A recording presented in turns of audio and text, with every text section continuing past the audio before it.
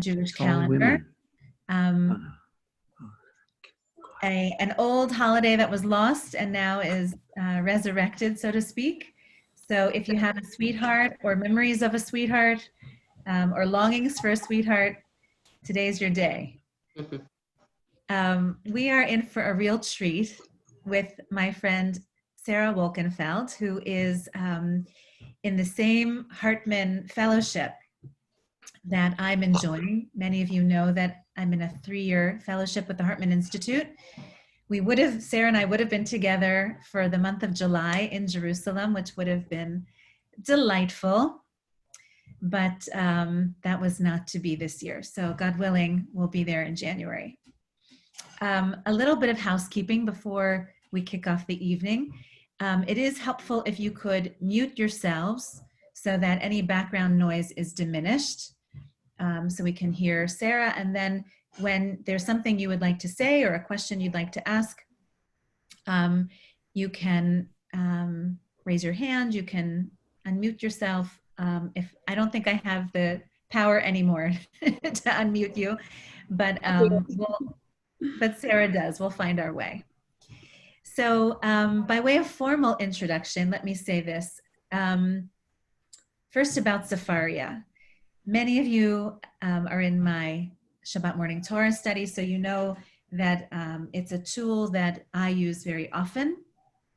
And I think a lot of folks assume that it's just a rabbi's trick, that only we know how to access these texts and only we know how to create these beautiful source pages for study, but it's not true. Thanks to people like Sarah, the Jewish Library has been opened wide and all are invited. It's a very democratic way of approaching Jewish learning. And so tonight you're going to have a chance to learn how all of these texts can be at your fingertips. You might know that intellectually, this intellectual property of the Jewish people is also yours, but you might not know how to find your way to it. And tonight, Sarah's going to give out the keys to the library. So we're very lucky to be learning from her. I know her to be thoughtful and extremely knowledgeable, and that has come through years of study. And a little bit of her biography. She has studied Talmud and Jewish law at various institutions of Jewish learning, both in Israel and in the United States. She is, as I mentioned, a rabbinic fellow of the Hartman Institute, which is like the program that I'm doing plus. So she's like a super fellow. And she directs the Adam R. Strauss Memorial Mikvah in Chicago, Illinois, where she lives with her husband and her 5 children. And all the while, she is the director of education at Sefaria. So Sarah, thank you for joining us in Toronto tonight. And we're in your good hands. Thank you so much. Thank you all for joining tonight. I am so happy to be in Toronto tonight. Anything to get out of the house, but it's really lovely to see you all. Studying with Rabbi Splansky has been a tremendous, tremendous privilege and honor. Really, one of the highlights of my time at Hartman, which, as she mentioned, I hope will just continue. She's really become a treasured friend and colleague. You're also lucky to have her. I know you know that. But something else you should know is that in our time studying together, in the conversations that we've had, she also does a great job of representing all of you. And she's told me so many nice things about her congregation over the time we've spent together that I'm really very excited to meet all of you because I've heard so much about you. You heard a formal introduction of me, and that was very lovely, thank you. I'll just add 2 important pieces for tonight. One is that I really, really love Torah, and I love sharing it with other people above all else. And the other thing I'll say, which you might already know this if you were here when we were trying to work out the Zoom issue, is that I am not any kind of technologist.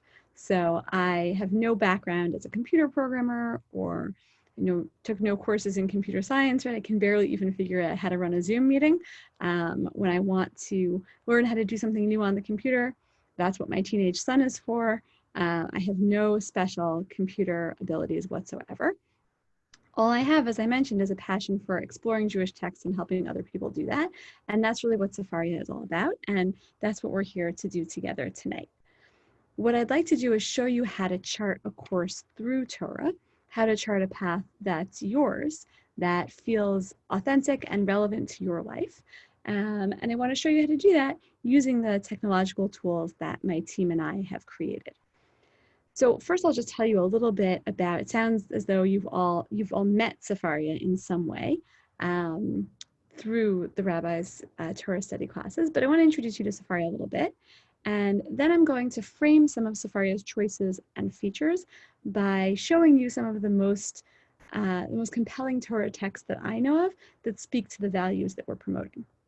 And in the course of that, I'm going to show you how, again, to chart your own course, how to find sources that you find meaningful and relevant. I'm putting a link in the chat, which you are welcome to open on your own, but you don't have to. I'm also going to share my screen, and you'll be able to see the same thing. But one of the advantages of Sefaria existing online, which I guess if you've participated in the Torah study class over the last few months, you probably know, is that all of our resources are digital, and so they're very, very easy to share online. I will now share my screen, which I now have the power to do. Thank you. Okay, and I'm hoping you can all see that. That's great. In brief, Sefaria is a new database and interface for Jewish texts. It was founded in 2013 to lower barriers to learning and make Torah freely accessible to anyone with an internet connection. As Rabbi Slansky mentioned, it's really important to us that everyone know that the Jewish texts, our textual tradition, which is so rich and so vast, we want you to know that it belongs to all of us, and it's not something that's locked away just for rabbis or just for scholars or just for people who have special access. So Sefaria was co-founded by two friends. They actually became friends when they were in high school, and they stayed in touch. One is Josh Foer. He's an author and a journalist. The other's name is Brett Lockspizer, and at the time, he was a project manager at Google. And neither of them have formal training in Jewish education. Neither of them spent particularly large amounts of time studying Jewish texts, actually. But what they did share was a belief that Jewish texts should be accessible to everybody. At the time, which this was in around 2011, 2012, when they were really thinking about this, if you Googled to try to find an English translation of the Talmud, all of the top hits on Google were actually from an anti-Semitic website. If you try it now, I don't think those are the top hits, but I think they still come up. It was a website that illegally published an English translation of the Talmud called the Sansino Translation. That translation is actually still under copyright, but these people didn't ask permission, and they published this online so that everyone would be aware of how terrible the Jews are. We can bracket the conversation of what exactly they thought was so terrible about the Talmud, but that's really why the site exists. And for years, Jewish educators, I would Google to find English translations of the Talmud, and I would use that website just like everybody else because that was what there was out there. And Brett and Josh, our co-founders, just thought that that was really, really problematic.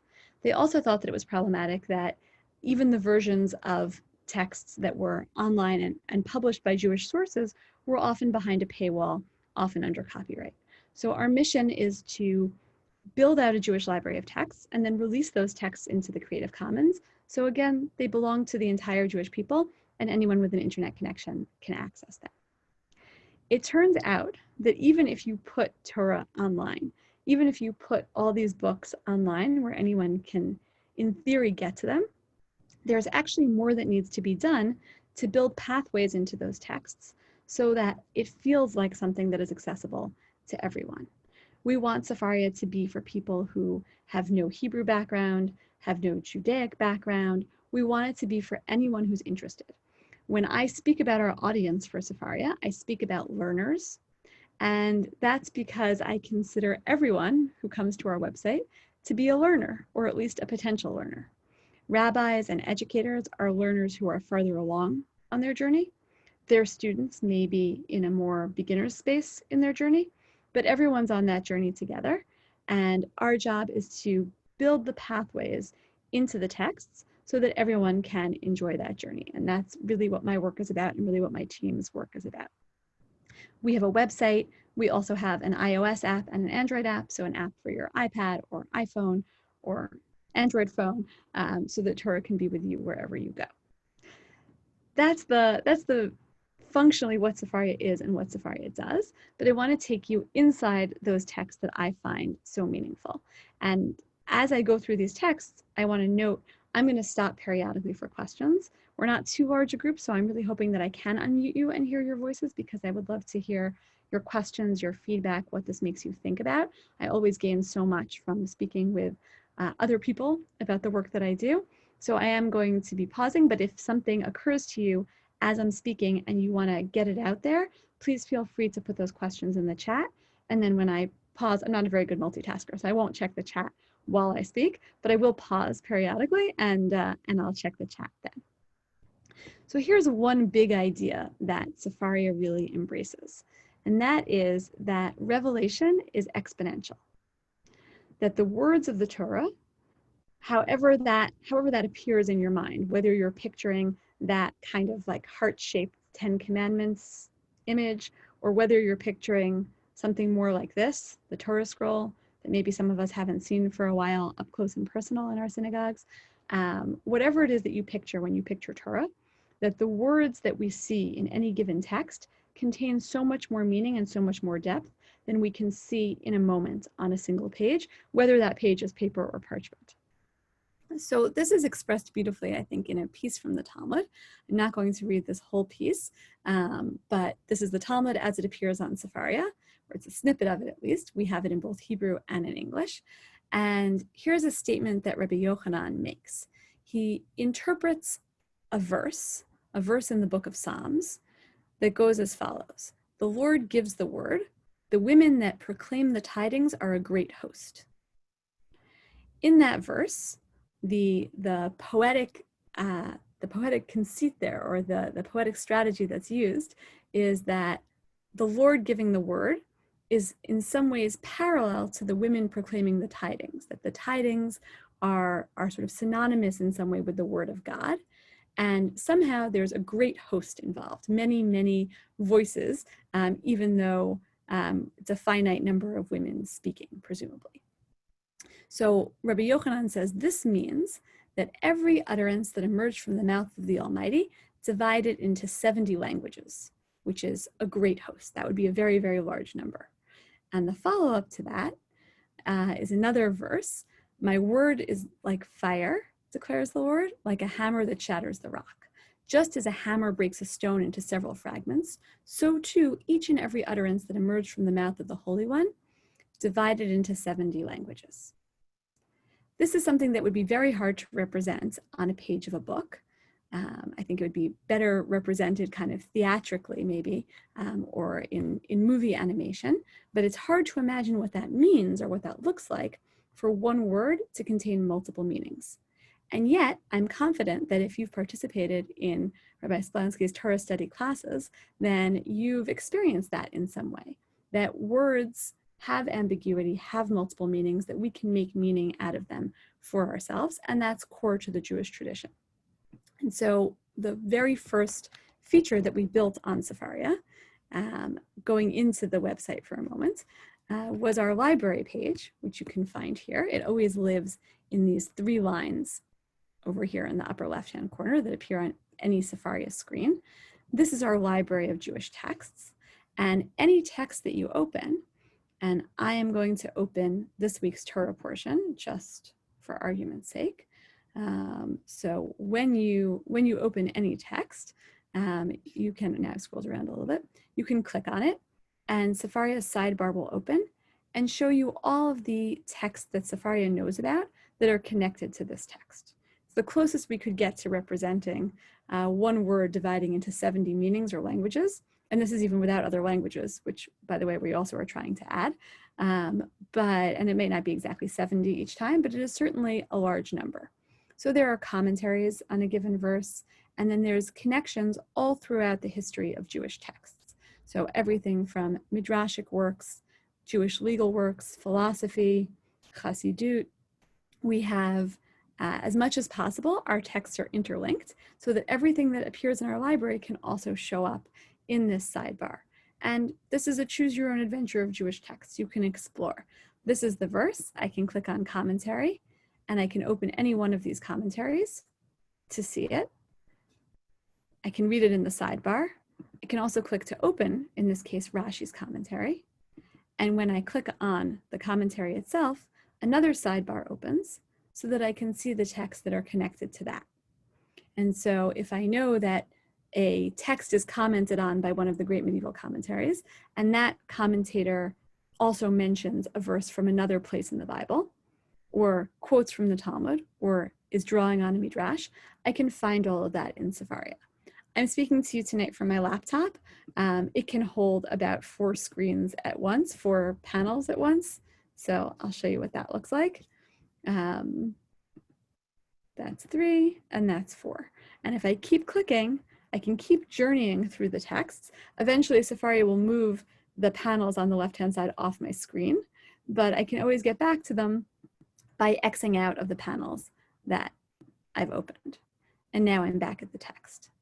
So this experience of being able to go through the text, move easily from one text to another, and really see the depth of our tradition just in a click is important to the Sefaria experience. I would say it's at the core of everything that we do. And we really want people to be able to explore in that way and discover and see what they can find. And I think that whereas a lot of these texts exist in book form and may even exist in a place that under normal circumstances is accessible to you, it would be harder to know which book to go and open. And so Sefaria gives you those ideas, makes those suggestions for you that you can just click and open to open a text, and it's all there for you. At the same time, we also know that this experience only works if you have a starting point. So I clicked over here and I showed you our library. And this is I think, a very robust library, though I would love to hear from you what you think is missing from this library. Sefaria's goal is to have 95% of the text that 95% of the people study 95% of the time, which is a long way of saying that we'd like to have everything, but everybody's everything is a little bit different. So we want to know what your everything is and what you think is missing. And to the extent that it's possible, we'd like to keep adding text to our library. We are limited by copyright. So if there's something that is missing, that you think is missing from our library, you should definitely let us know. And also understand that it may be something that is not in Sefaria's power to add right now, because again, all of our texts are licensed to the Creative Commons. They're texts that belong to everyone. And if something is behind copyright, then we can't necessarily add it to our site. I try always to say this every time that I speak, and the last time I said it in public, it turned out that someone in the group was a publisher of a Bible translation and later contacted us to find out if we wanted to acquire it for Sefaria. So now I'll never stop saying it publicly. If you or your friends are translators or hold text, or you just want to encourage your favorite publisher to put a text on Sefaria, please, by all means, we really want a diversity of voices on the site. But again, even this view, as large as we make it and as large as we might like to make it, as expansive as we might reach in terms of the text that we incorporate, we can never have everything. And this only works if you know where your starting point is, if these categories are meaningful for you. If they're not, then that experience of starting at one text and getting to another is not going to be open to you. So we recently released a new search feature. The search bar also appears on every Sefaria screen. So I could type in, for example, Rosh Hashanah, it's on my mind, coming up before you know it. And hopefully you can see that the drop-down menu, as soon as I type that, gives me a lot of different options. The top one is that there's actually a book, a tractate of the Talmud called Rosh Hashanah, so I could click to open that. But the second one is hashtag Rosh Hashanah. I don't know if you call those hashtags in Canada. Anyway, we call them hashtags. Thanks. So hashtag Rosh Hashanah will give you information on the topic of Rosh Hashanah. So if you come to Sefaria and you think, I would like to spiritually prepare myself for the high holidays, but I can't think of a text that would get me there, you can click on hashtag Rosh Hashanah and come to our topics page, which gives you a little bit of information about the holiday, as well as the top texts that our users have determined relate to the holiday.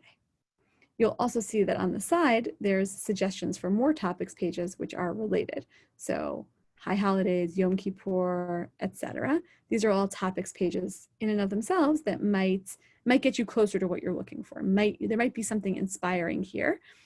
Shofar, for example. And then any one of these texts you can then click to open and then begin your journey from there. Or again, go back to the topics pages and search for more text there. This is part of what we think of as building pathways into the text so that anyone can find their way and anyone can navigate to information that feels relevant. I want to show you a different search for a moment before I pause for your questions.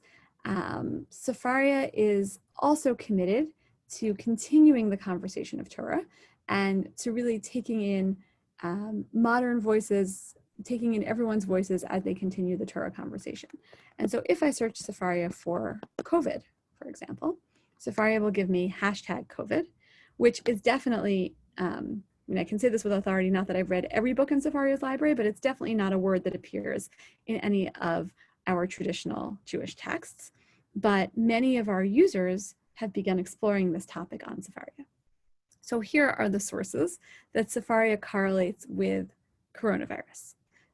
Our topics page is coronavirus. And the reason that Sefaria is able to do that is because Sefaria also encourages user-generated content. So not only does our team take books and digitize books and put them on the site, anyone who wishes to can make a sheet, as Rabbi Sponsky mentioned, can make that magic source sheet on Sefaria, and here they are. And so as you can imagine, starting in about March, we had a great outpouring of resources around questions of COVID-19, Jewish law and values in the age of COVID-19, sage advice for avoiding plagues, stay home, public health plagues, coronavirus and COVID-19, dealing with anxiety, dealing with plagues, and wisdom from Jewish sources.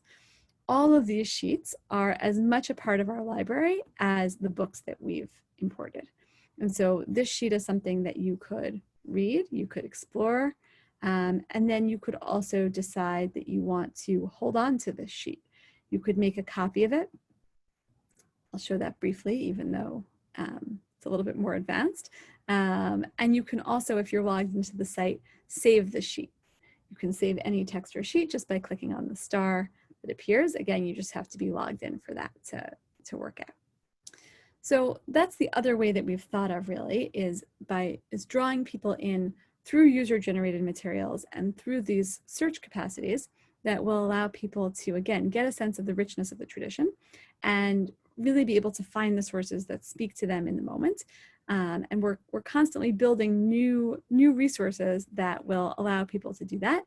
It's really important for us to be able to draw people in who maybe don't yet know what they're looking for on Sefaria, don't yet know exactly what's going to interest them, but are kind of text curious and open to that. And I'll say just one more thing about that before I pause. Any text that you're on now in Sefaria, so if I click to open this text, in the sidebar, you'll also see topics. So Sefaria will also tell you what topics are most frequently discussed by people who are discussing a specific text. Okay, I'm pausing for anybody's questions or comments. I will stop the share so that I can unmute you if you have questions. I see there's one question already in the, or two comments in the chat. I do know Jonathan Rosen's book about the internet. How would I characterize the act of Jewish reading in this way? Seems very creative and nonlinear. I really love that comment. I think that Jewish reading always has been very creative and nonlinear, actually.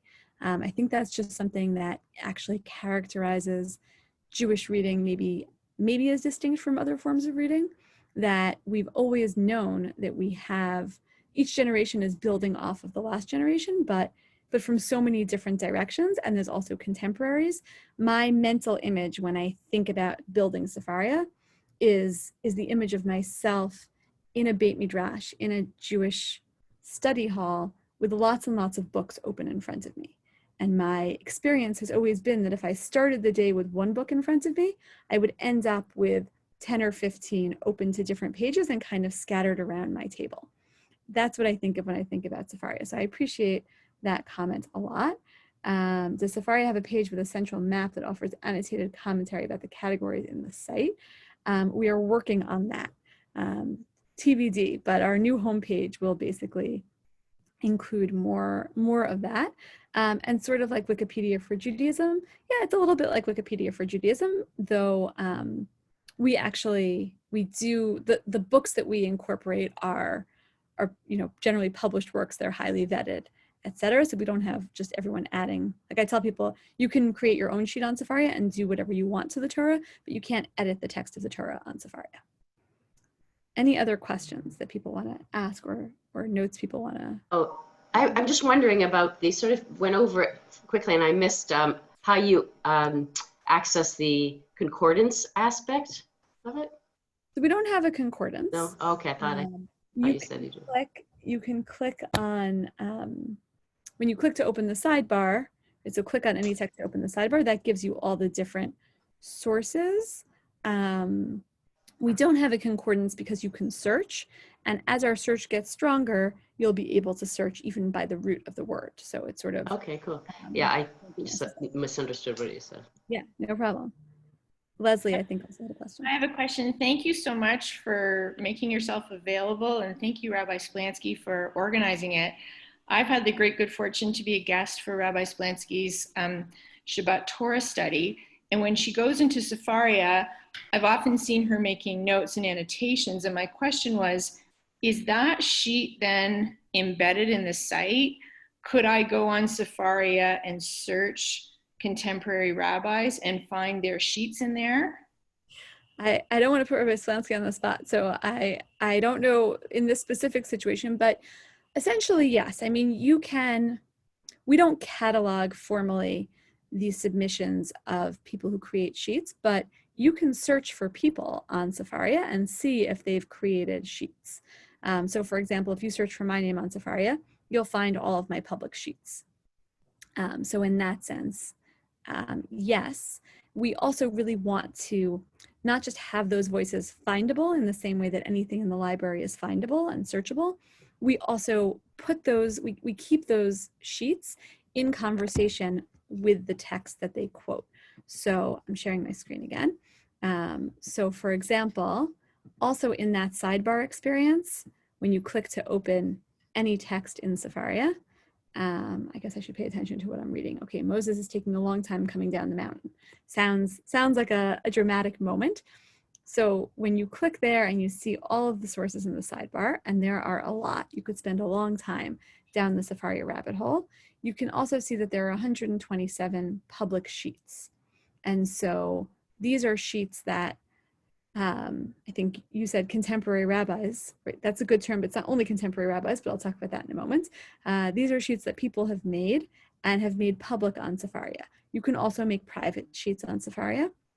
We love it when people make their sheets public because I think then it contributes to that nonlinear Torah experience. I should be able to read an ancient text like the Bible in conversation with something that was written last week. I should be able to read texts that were largely crafted by men in conversation with so many sheets written by women. I should be able to put these voices in conversation with one another, and that's really the idea here. So I can literally put this text side by side with this sheet, and it shows up in the side, and you can read through it and again use it. It's not only rabbis who make sheets, though. It's really, it can be anyone. The youngest children that we know of who make sheets regularly on Safaria are in 5th grade, so approximately 10 years old, and it goes up from there. And so sometimes you'll find a sheet that seems not so exciting. Maybe it has some misspellings, but maybe it also has a video of children acting out a story of the Bible. And those are made by children. We operate in hundreds of schools and educational institutions across the United States and Canada and beyond into Israel, and so that's all available. And we want all of that there. We want that messy conversation with all of the different voices involved. So that's in terms of contemporary rabbis. Were there any other questions before I go on? I don't want to lose anybody as we get lost and found. Okay, so I'll tell you maybe this is even my favorite text that defines what Sefaria does. Here's a text from the Talmud in Ta'anit. Maybe I should have warned you that in my free time I teach Talmud, but I really think that these texts speak to Sefaria's mission. Maybe a familiar verse from Proverbs. It is a tree of life to them who lay hold upon it, or we say it's a tree of life to those who hold fast to it.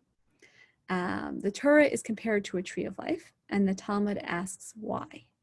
And here's the answer. Just as a small piece of wood can ignite a large piece, so too minor Torah scholars can sharpen great Torah scholars. And this is what Rabbi Chanina said.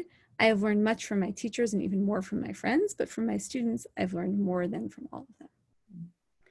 Definitely words to live by, and speaks to what we were already starting to talk about, that sheets on Sefaria are there. Sheets can be made by anyone.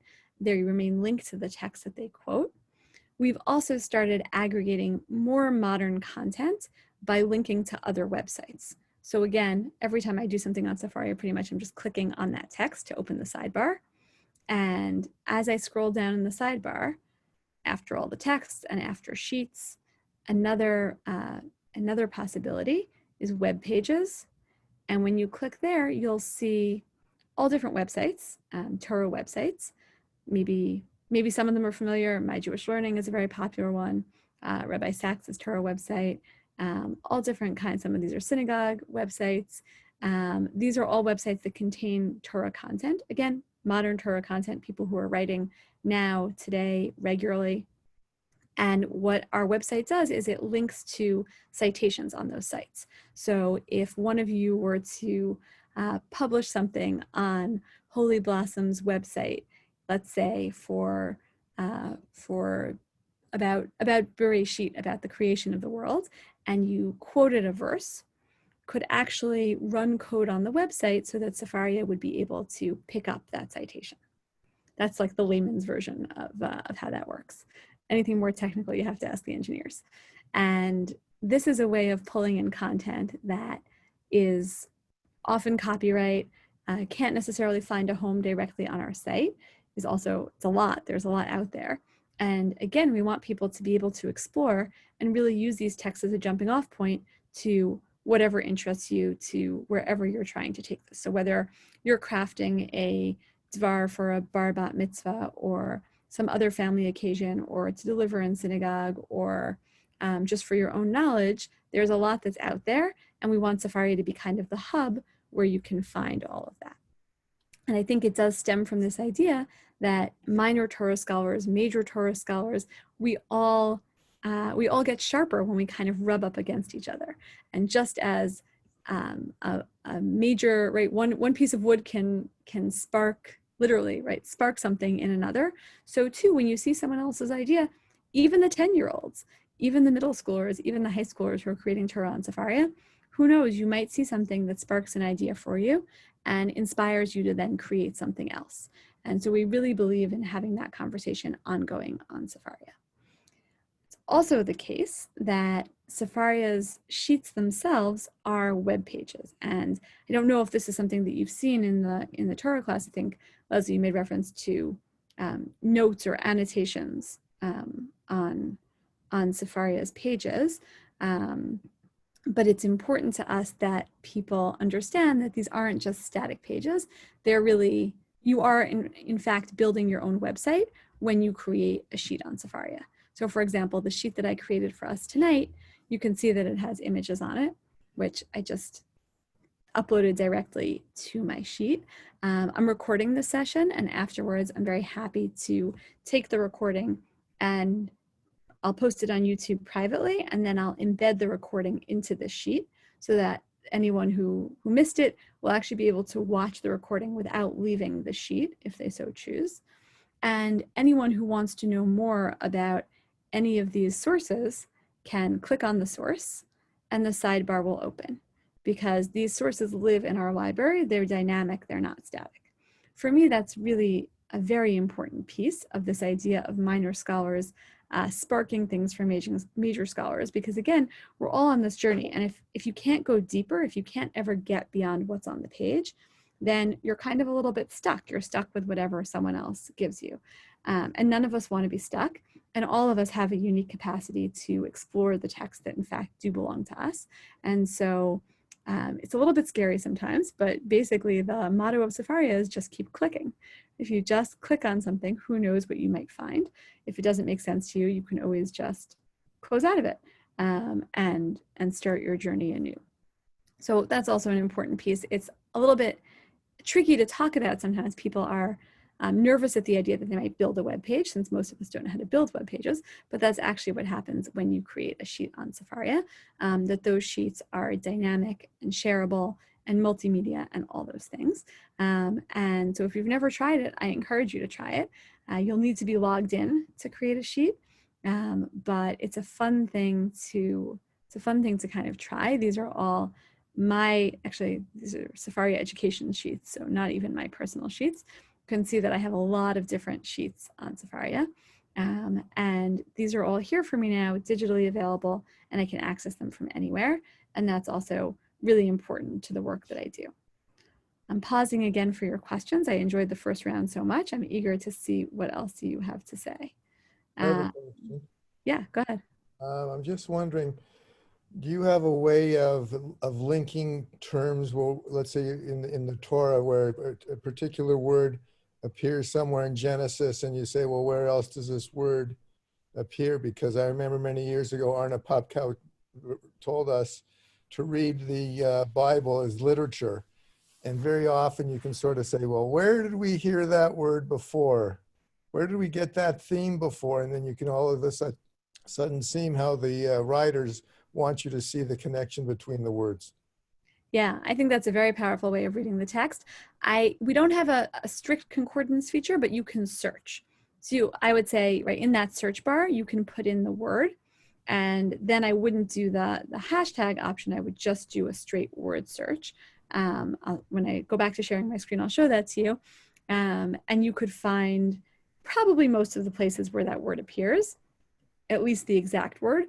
As our search engine gets stronger, you'll be able to search by the root of the word, and then you could really find any place in the Bible, or actually any place in any of our sources, where that word or that root might appear. So it's definitely something we're thinking about.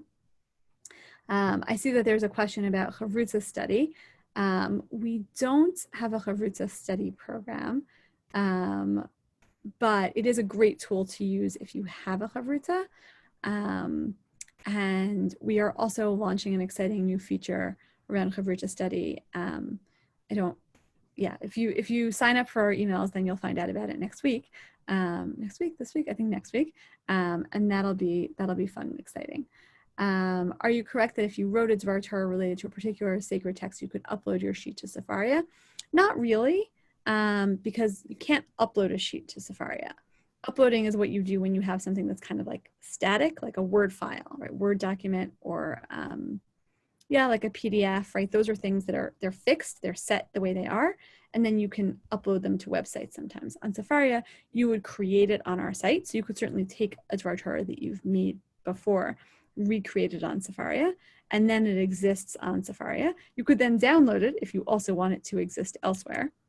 You could export it to Google Docs or download it as a PDF. I think you could, or you can export to Google Docs and then download from there to a PDF. But generally, things that are created on Sefaria live on Sefaria.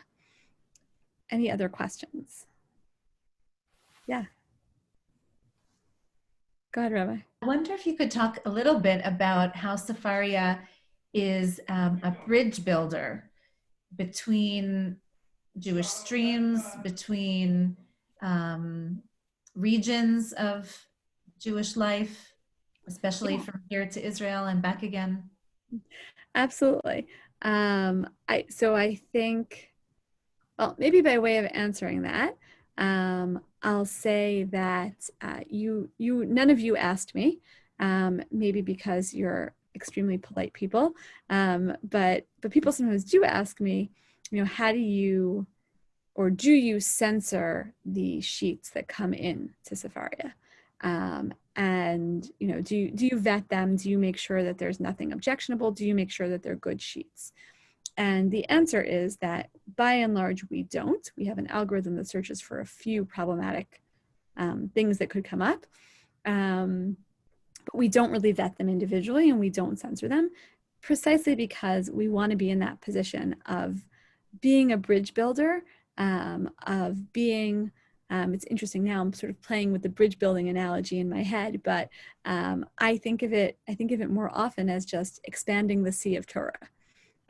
So I guess I think of us as being in the water instead of over it, right? Like there's just this huge ocean of Torah out there, and it would be sort of, you'd be missing it if you cut yourself off from part of it. We're all in it together, and to ignore pieces of it, I mean, you can certainly choose what you look at, but we want people to have the sense that there's this vast ocean and we're all in it together. So when we do get complaints that source sheets are bad, usually that means one of two things: either that it was created by a child, or that they disagree with the sheet. They disagree with the perspective that's presented there. And so if I disagree with it, it must be wrong, and then I should complain to Sefaria. You're welcome to do so, and the standard answer you'll get is, it's on the internet, you don't have to read it, but we certainly hope that you'll consider new perspectives. So it's really been amazing to see, as Sefaria has grown the way we've grown denominationally. Our early adopters, as you might imagine, were people who were already pretty involved in Torah study, but we've evolved beyond that very, very quickly. We don't collect a lot of demographics, but we do know that most of our, or at least 50% of our users probably don't have day school backgrounds, don't have extensive Torah study backgrounds. 22% and growing of our users identify as being from interfaith homes. And our usage in Israel has really grown tremendously. Over the last few years, we've launched a site, an all Hebrew interface. Actually, it's about 3 years ago now that we launched that. So that's something that's helped a lot. And so often I hear from people about teachers that they have found on Sefaria. And I'm saying teachers kind of in air quotes, not people whose classes they've necessarily been in, but people whose Torah that they come to admire, they find and they come to follow and admire on Sefaria. So that's a very important piece for us. How Sefaria is funded, we are funded through donations. I'm probably supposed to say that every time, so thank you for asking. We have no revenue generating schemes at the moment. We're a nonprofit, and we really exist through the good graces of the Jewish community. Initially just large foundations, but now we also get a lot of small donations from our users, and really appreciate and value that. In that sense, I think also we're like a Wikipedia, that we belong to the entire community, and so we really want everyone to feel invested. And then I see a question about, when you create a sheet, how do you find it when you want to review it at a later time? So this again will only work if you're logged into Sefaria. And I didn't craft this as a sheet creation seminar per se, but hopefully you can see in the upper right hand corner of the screen, you see the little icon that's there. That's my avatar for being logged into my Sefaria account. So if you're logged in, then your image or your initials or whatever it is that you've put into Sefaria will show up in that corner.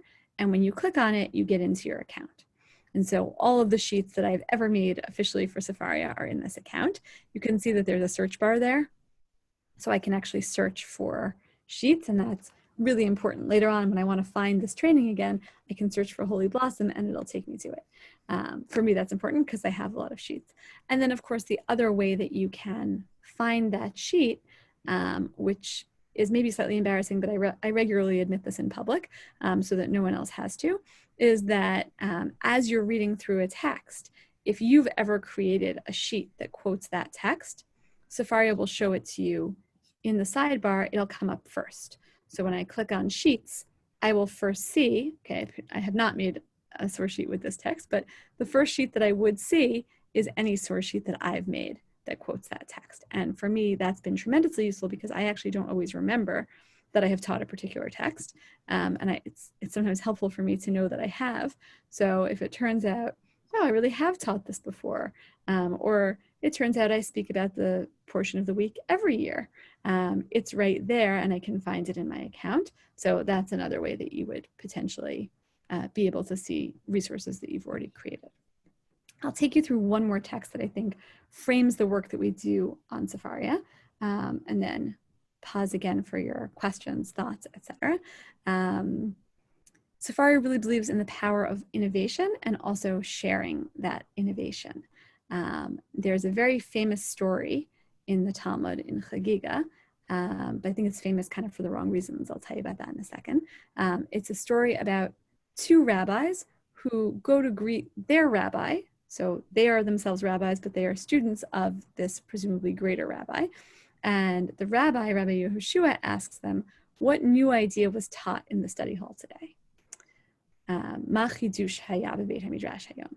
And they say back to him, Talmidecha anu u'mimecha anu shotim. We are your students and we drink from your water. In other words, how could we possibly tell you anything that you don't already know? You're the teacher, we're the students. We don't need to tell you what we learned today. It'll clearly be child's play for you. It won't be interesting to you. Long story short, the rabbi keeps pestering them. He says, there's no such thing as a study hall without a novelty. He questions them, he pushes them. This is essentially the same conversation that I have with my students, with my children every single day when they come home from school, right? You ask your kids, what did you learn in school today? And they say, nothing. And then you eventually get it out of them, but it takes a while. He eventually gets it out of them. But again, it does take a little while. And the part that's most often quoted is this idea that there's no such thing as a study hall without a new idea. Even if you think that it's basic, it's simple, surely everyone knows this, at that moment when it's new to you, there's a newness that comes into the world, and that's important to mark. But the end of the story, when he finally pries this piece of information out of them, so Rabbi Yeshua says to them, this good pearl of wisdom was in your hands and you tried to conceal it from me. You learned something and you didn't want to share it with the whole world. You didn't want to share it with me, your teacher. And that belief that sharing Torah is paramount is also core to what we've created on Sefaria. We want people to create and share their Torah. We want people to find new materials and then share them with the world. So again, when you find a sheet, you can save it for yourself. When you find a text, you can save it for yourself, just using that star button. And when you have a moment that feels significant, feels important, a moment like apparently coronavirus, which is a moment a lot of people have been having recently, you can find Torah that relates to that, and you can take it and hold on to it, craft it into something, or just take the text that you have and share them with someone. Every text on Sefaria, it's a website, so every text has a URL. It has its own website. So when you click on a text, even if you can't see what it says because the print is very small, hopefully you can see that as I click around, the bar up here in my browser changes. These are all links that can be shared out, and they can be shared in any digital way. You can take a great Torah text and, okay, we don't have a chavritza system yet, but you can say to somebody, be my chavritza, and this is the text that I want to study with you. And you can then take that link and put it into a Zoom chat, a WhatsApp, a regular text, an email, any way that you communicate digitally with people. You can grab a sheet or a text, or even a sheet and a text side by side. That will also change the URL. And you can send it to people, and you can use that as a starting point to quite literally get yourself on the same page as somebody else.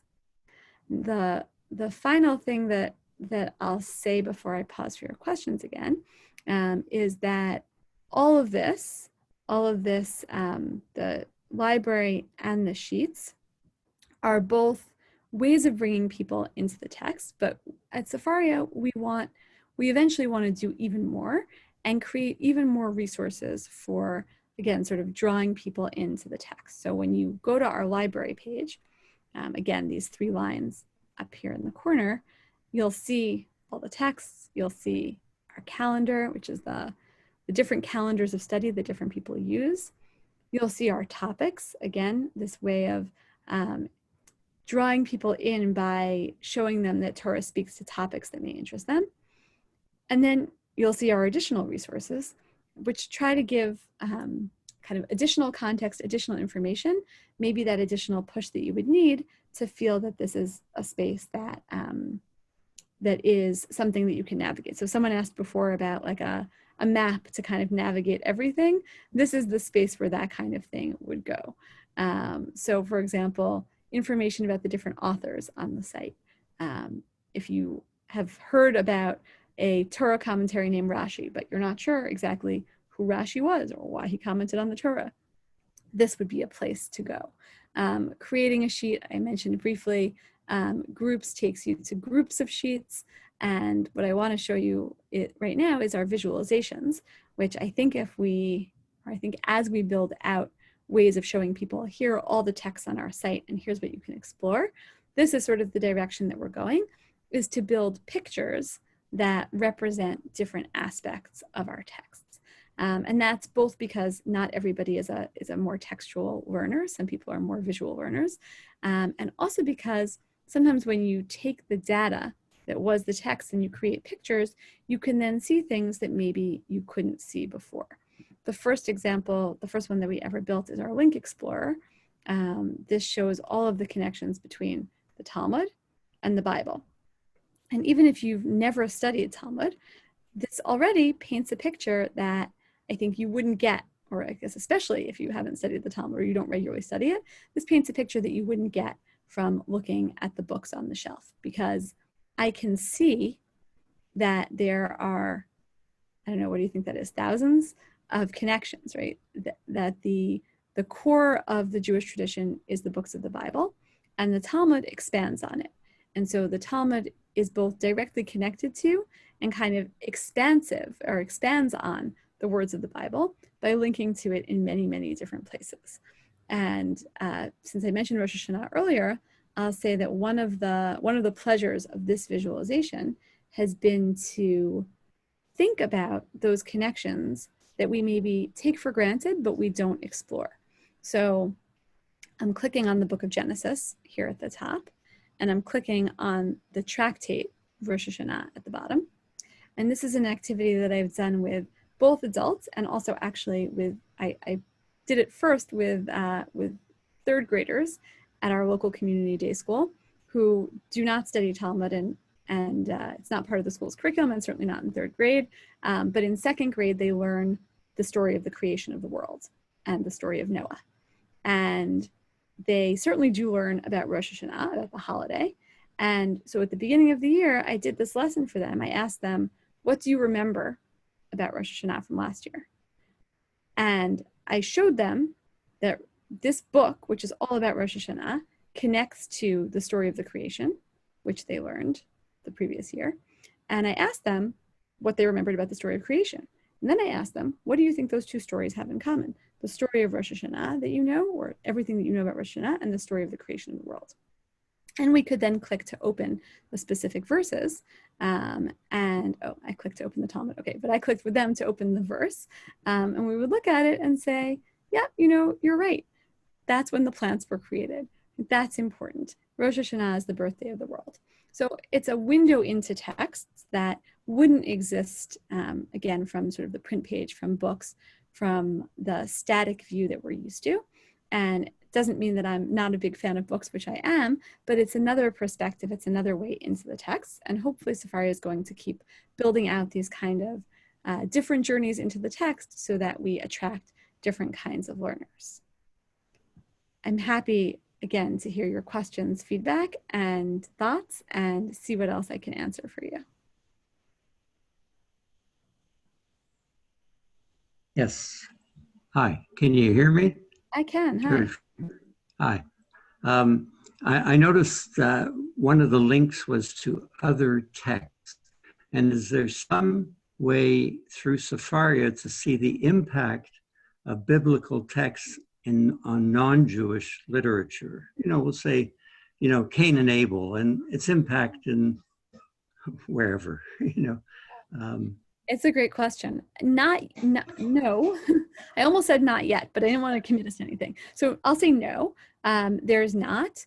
Sefaria is committed to the Jewish canon and to creating this space for Jewish texts specifically. So we don't have links to other texts. It is the case that this system of linking, like I think you're right, if it inspires you to think in that direction, then you're kind of thinking in the same ways as our engineers. It is true that this technology of looking at one text and seeing all the other texts that link to it, it's tempting to apply this to other canons of texts as well, right? Like you kind of want to see what this would look like, as you said, the story of Cain and Abel throughout, I don't know, Western literature. Right? That would be really, really fascinating. So maybe someone will decide to do that. We recently built a new website called Sefaria for Democracy, which is, it's a very American project. It actually takes this text library or takes this view and replaces it. Instead of seeing Tanakh, Mishnah, Talmud, etc., you'll see the Constitution, the Bill of Rights, etc., etc. It's a separate domain from Sefaria. It doesn't link Jewish texts to, let's say, the Constitution, though a lot of people wish it would. But it's a demonstration of the fact that our code base, the stuff that was used to build our site, the infrastructure, can really work for anything. Our hope is that some other organization will adopt Sefaria for Democracy and keep it running. We've committed to keeping it up through the American presidential elections in November. And our hope is that people will build sites like that for, I don't know, Shakespeare or biblical stories, which I think is a great idea. So maybe that will happen. Again, the code is free to anyone who wants to do that. So we hope that it will inspire that kind of exploration. I appreciate the question. Other questions? I didn't check the chat because I'm still sharing my screen, because I can do that.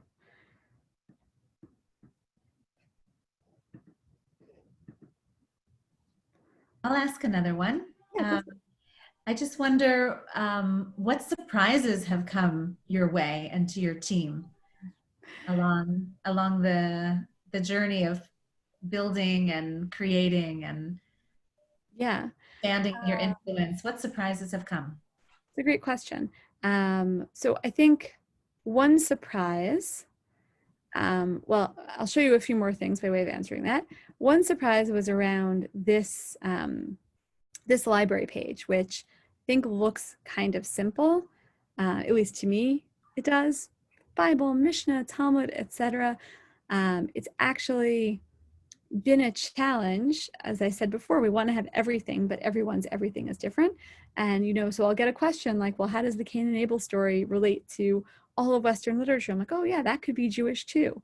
And so it's hard to know. I think that the boundaries have been harder to define than we thought they would be, in part because really the success is in some ways beyond our wildest dreams. And I saw the question come in of whose idea was Sefaria. So I mentioned at the beginning, our co-founders, Brett and Josh, had this idea.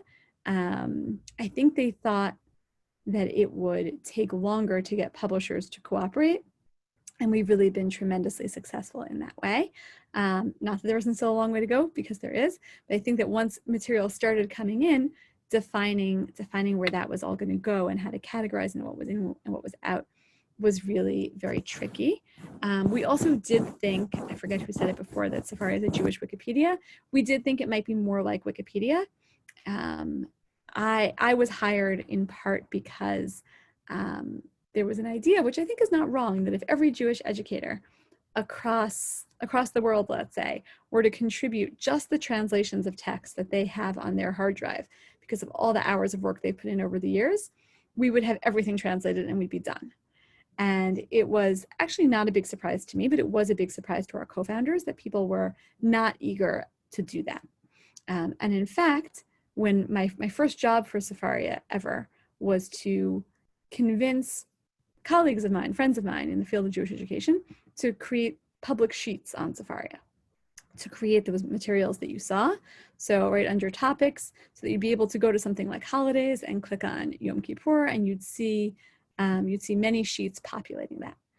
And I spoke with at least 50 different educators, and 49 of them said no. I still know who said yes, I remember. I don't know if he does, but I do. All 49 said no, that they would not share their work publicly. And on the one hand, I wasn't surprised because I am sort of that world.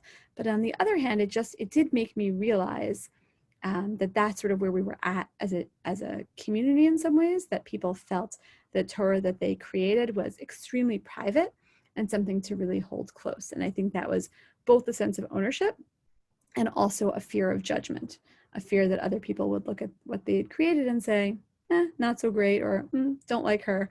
And I don't mean to minimize either of those things. I do think that people put a tremendous amount of work into the resources they create.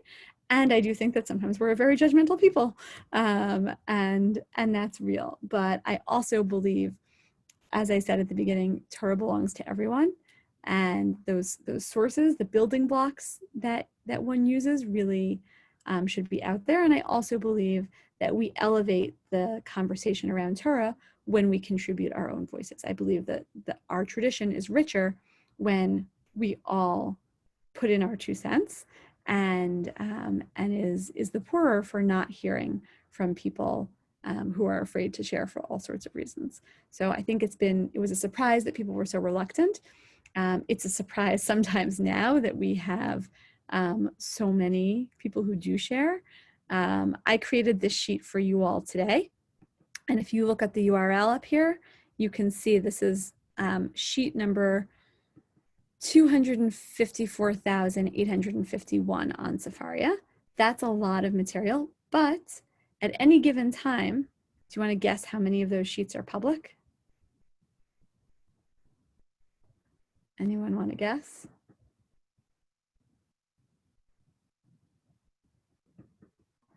So it's generally around 10%, which means that we do have a lot of public sheets, but it's a small fraction of what's being created.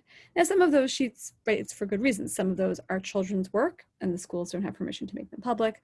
Some of them are educators making multiple copies of things, slightly differentiated for different people, right? It's not that I think that all 254,000 and change of those necessarily should be public, but it's certainly the case that there's a lot of people who still have so much to give and so much to share and aren't necessarily doing that yet.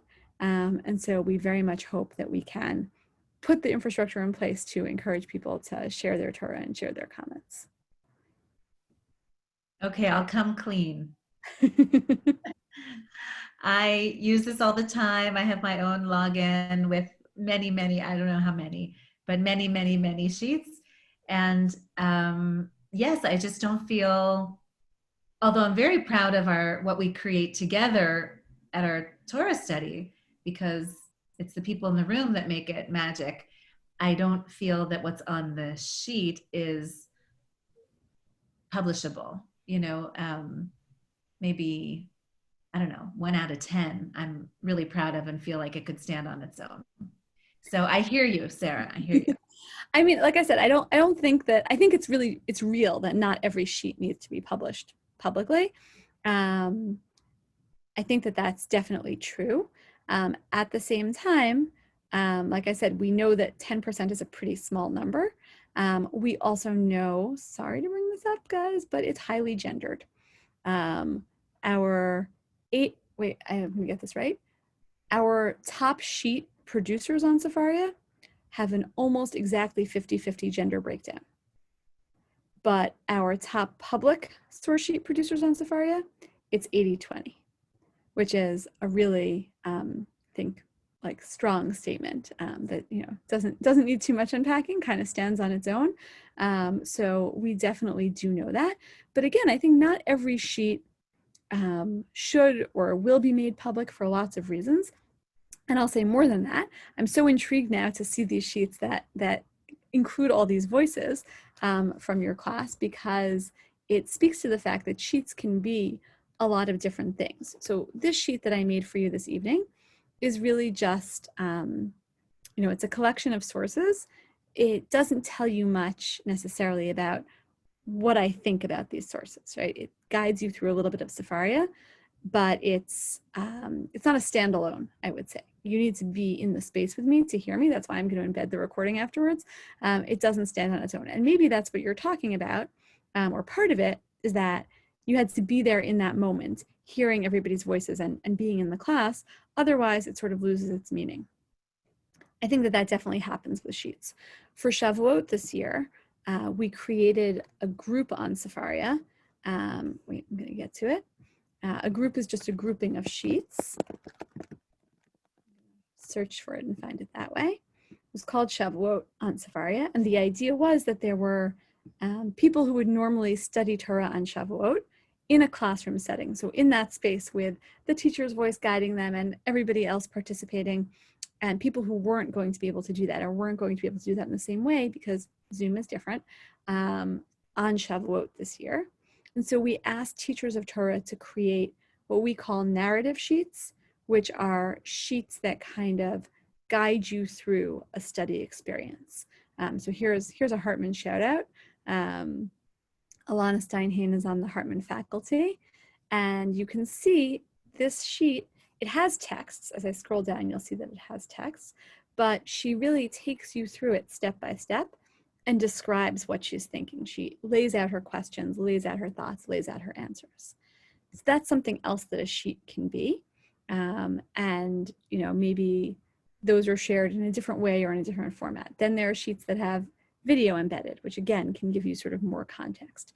There are sheets with questions, right? This sheet sort of has the questions and the answers. It has Alana Steinhain's, you know, questions and then also her answers to the questions, but you could also imagine a sheet that's just designed to spark conversation and has a source followed by a few questions.